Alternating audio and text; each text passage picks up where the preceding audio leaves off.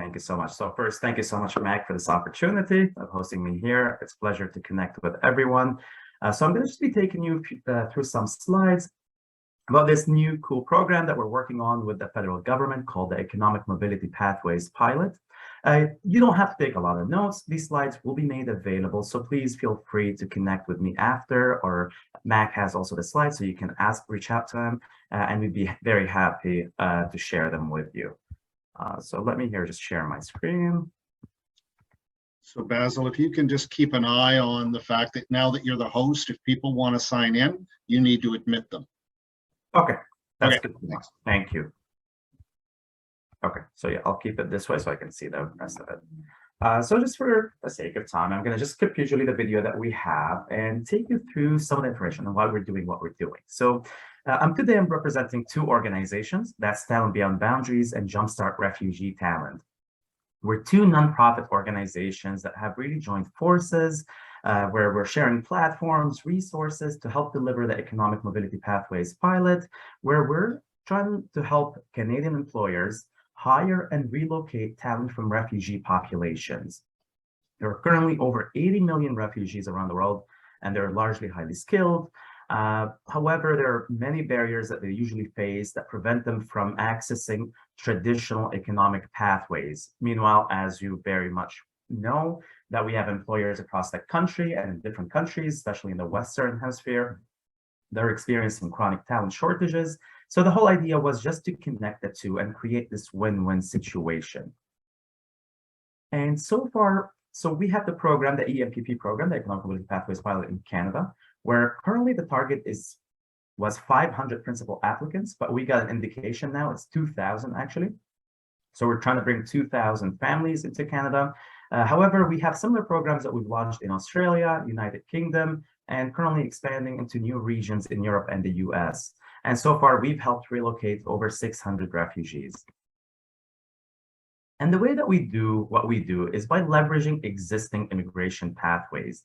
You can see them on the right. They're primarily the Provincial Nominee Program, the Atlantic Immigration Program, and the Rural Northern Immigration Pilot. Now, the only difference is that the government, through IRCC, has been very generous in removing some of those barriers that immigrants usually, or refugees usually face. And for example, usually there are passport requirements. You need to have a passport to get your visa. A lot of refugees don't have a passport. Think of a Colombian in Venezuela or a Syrian in Jordan. For a variety of reasons, they might be descendant, they might have some problems with the government, they're unable to get a passport. So after the federal government does its vetting, they issue a one-way travel document to that family. And there are a whole suite of different measures that you can see there on the left.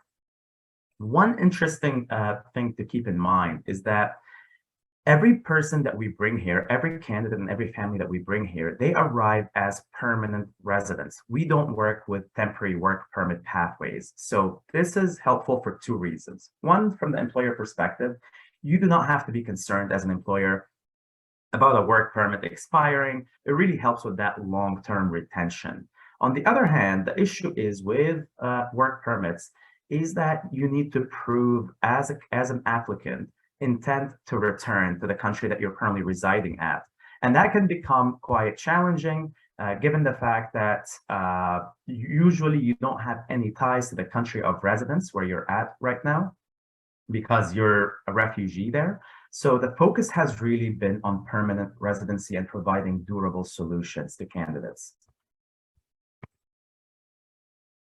And this slide might take a bit of time to load sometimes, but these are some of the pictures of some of the candidates that we've helped relocate across Canada, and we've really helped them relocate. And these are people from very diverse professional backgrounds, from IT to trades.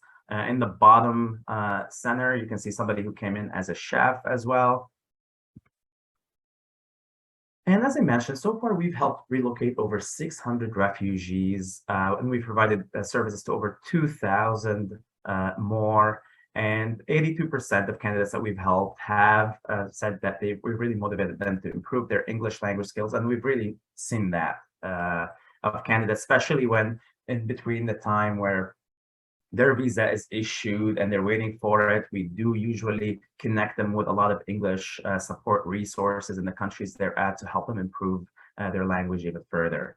And on the right there, we do have a picture of Mohammed. He's the very first candidate that we helped relocate. He's a software developer that we helped relocate into the region of Kitchener-Waterloo. And here's a snapshot of our talent catalog. So we currently actually have just over 44,000 candidates that, as I mentioned before, come from very diverse professional backgrounds. They're primarily coming from really trades, engineering, healthcare. We have a lot of tech talent and other professional services. And we do work primarily from regions within the Middle East. And that's how it all started, with an office that we have through TVB in Lebanon and Jordan. And then, however, since then, we've really been scaling our effort to try to diversify that pool. So as of this year, we've opened up a new office in Mexico City, supporting refugee populations from Central and South America. And we're constantly looking for new opportunities in South Asia. And now we're looking to support also some candidates in and support candidates in Eastern Europe as well. Let me also see here, before I get into the process, if there are any questions. Okay, perfect. Let me just see, sorry, if there are any other people that I should be.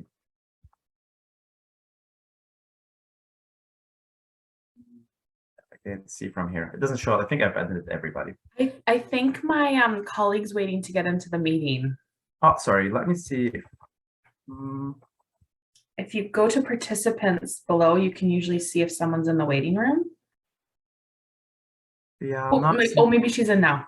She's in. Okay. Yeah, I saw her name popped up, so I think, yeah, so to make it easy, I think just the name pops up. Perfect. If someone is trying to come in, and I can admit them. Okay, awesome. So now the process itself and how it really works. For anybody that has usually experience with workforce mobility knows that there are a lot of steps that goes into it, as you can see there. However, what we've done is we've cultivated a lot of strong partnerships to ensure that this process is rather more on the seamless end for both the employer and the candidate. So the way that we do it is we'll usually start with identifying roles. We'll have a conversation with the employer, ask the employer to identify one or more roles that they're looking to hire for. After that, we will ensure these roles' eligibility. We have an immigration consultant on our team that will review it and ensure its eligibility in accordance to the respective immigration pathway, whether it's in Ontario, whether it's the OINP, or whether it's the RNP, the Rural Northern Immigration Pathway. Once that is confirmed, we move into the recruitment stage, where we send you a short list of suitable candidates based on the requirements that you've shared with us. We do want to make sure that we accommodate every employer's existing recruitment process, with one caveat that they will always have to be done virtually. While we are, some employers do 2-3 interviews, others have technical assessments. We've had some employers that requested candidates to shoot a video of themselves performing a certain task, just to see how that works. It happened with some welders that we've had. Welder, for example, welding could be an encompassing title that means a lot of varying skill sets, and we've helped facilitate that as well. Then from there, we will be supporting the candidate as well in the form of mock interviews and some other wraparound support that we offer for interview preparation. Then you've decided as an employer to issue job offers for these 3, 4, 5 candidates. Then we move into the visa application form. And this is where there is normally a mandatory job posting period. It varies 2 to 4 weeks. In Ontario, it's 4 weeks. And this is where basically the employer would have to post a job, prove that they did attempt to find candidates from the local talent pool. This is the requirement, is to have that job posted on the job bank. But usually there's a form that has to be completed. On our team, Ayana, she's an immigration consultant. She's really brilliant. She will make that quite easy on how to collect that information, has a lot of good tips. Then the employer has the choice of either doing every step of the process for the visa application through our preferred immigration consultancy firm, Fragment, Or some employers have another preferred immigration provider, or they do it in-house. That's completely up to the employer. But we do usually recommend Fragment because they're very competent. They've been doing EMPP for a long time, and EMPP is a little bit different than the traditional work permit pathways, because in addition to the provincial level, there is a federal stage as well, where there are other forms that have to be completed, and that is to prove where the government has to ensure that this candidate is qualified as a refugee. So that might not be a typical process that many consultants are quite familiar with. But Fragment, they're also the world's largest immigration consultancy firm that operates in over 100 countries. And they've seconded a full-time staff on our team, and that is Ayana, who I've mentioned. And they do offer pro bono rates, heavily discounted rates for anybody that hires through EMPP. Then let's say you go with Ayana, with Fragment. We do all that work. We file the visas. We keep the employer and the candidate posted of how things are progressing. And then we get into the settlement stage. The visa is issued. We do usually ask employers to cover 4 weeks of temporary accommodation for the candidate. This is just a solution to offer them while they find something that is a little bit more suitable for their long-term needs. We do also work with a very large network of settlement organizations, community organizations, and sponsorship groups in the different regions across Ontario and Canada, where we help connect these candidates to these groups to help them with some of these wraparound support, like finding housing, or enrolling their kids in school, or enrolling their partner at an ESL school, and so on. This is really important for that integration piece and that retention piece. And then we move into the final stage of post-arrival support, where we always offer up to 12 months of ongoing regular check-ins as the employer finds fit, just to ensure really that you have all your needs are being met, that you have all the resources that you might find useful. Some employers have a lot of resources around DEI and so on. Others would usually prepare a little bit more support when it comes to that. And we have a lot of capacity in this space that we would be very much happy to provide and offer. Now, with the process, these are the steps. Now we can talk about the fun stuff, which is the timeline.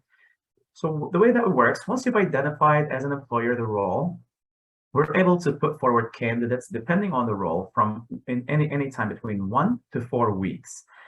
From there, it's really the visa application process, and this is where it takes a bit more time, but this is because we do rely on permanent residency pathways again, and it does go through 2 stages. So currently it's taking just over 6 months. It can take up to 9 months, so 6 to 9 months. More recently, we've been seeing it a lot more closer to that 6-month mark. Compared to traditional PR pathways, this is actually a lot more expedited.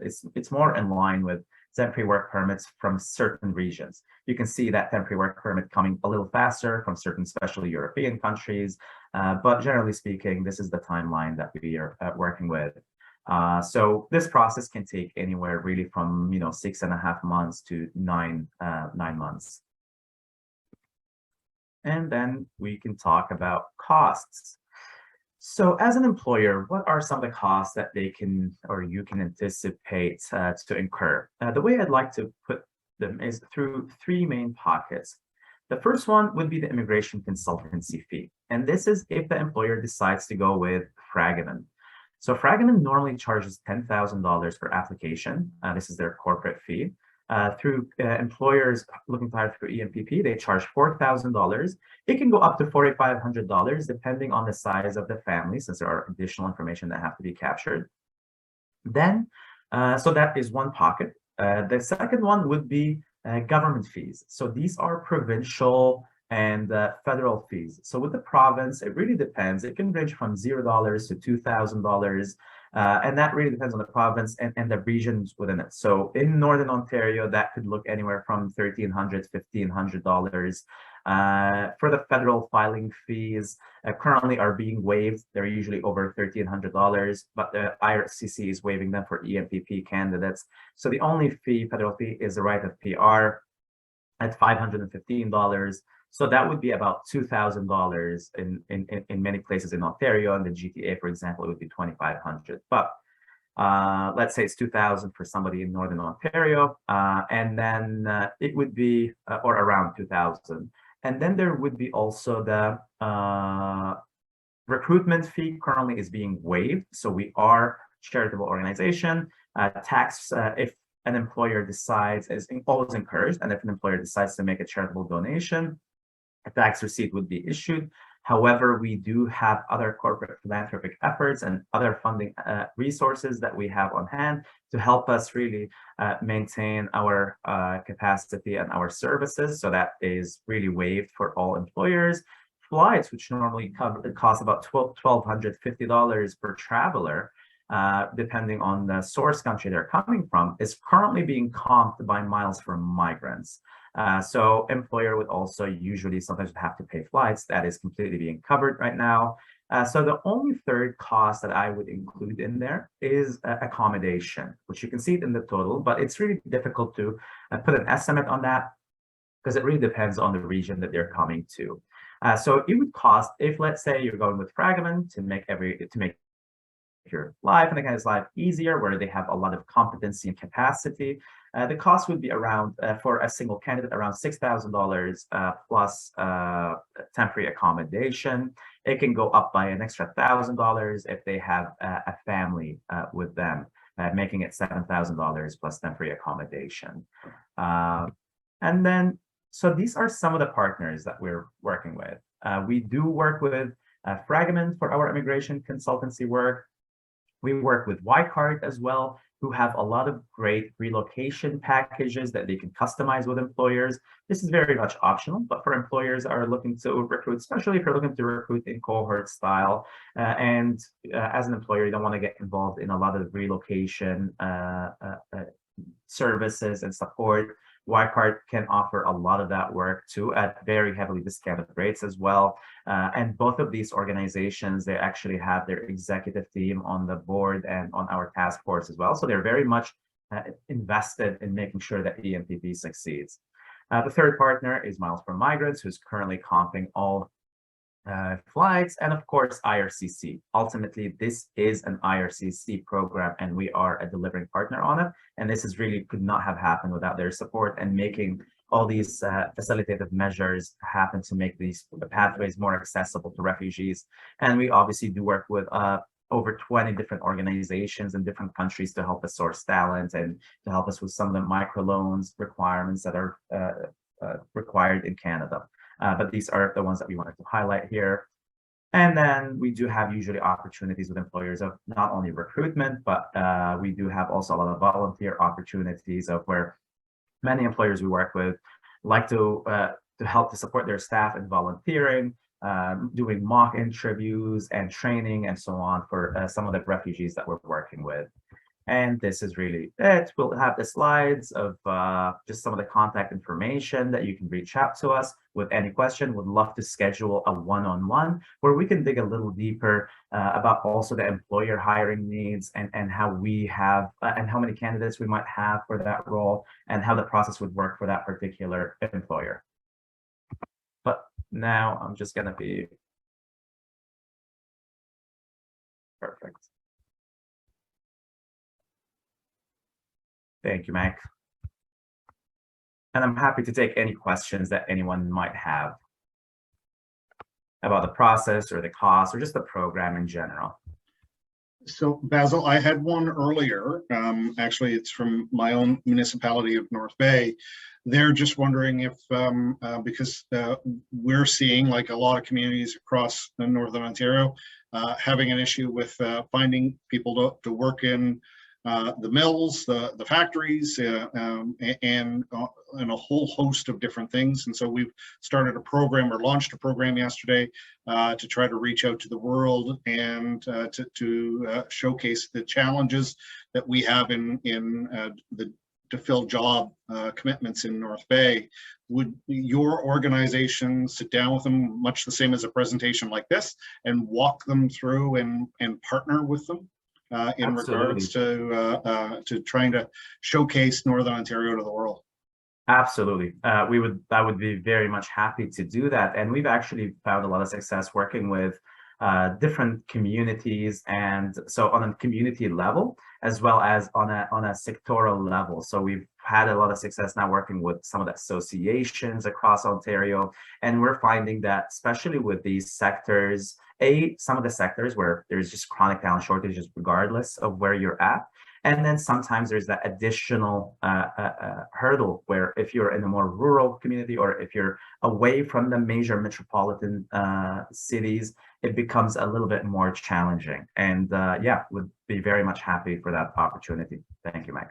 And in your experience, Bassel, the other question that just kind of came to me in Northern Ontario, what when you're chatting with people around the world and explaining what Northern Ontario has to offer, what are the major challenges that are being identified to you about people about Northern Ontario, so that we can make it that are fixable on our part?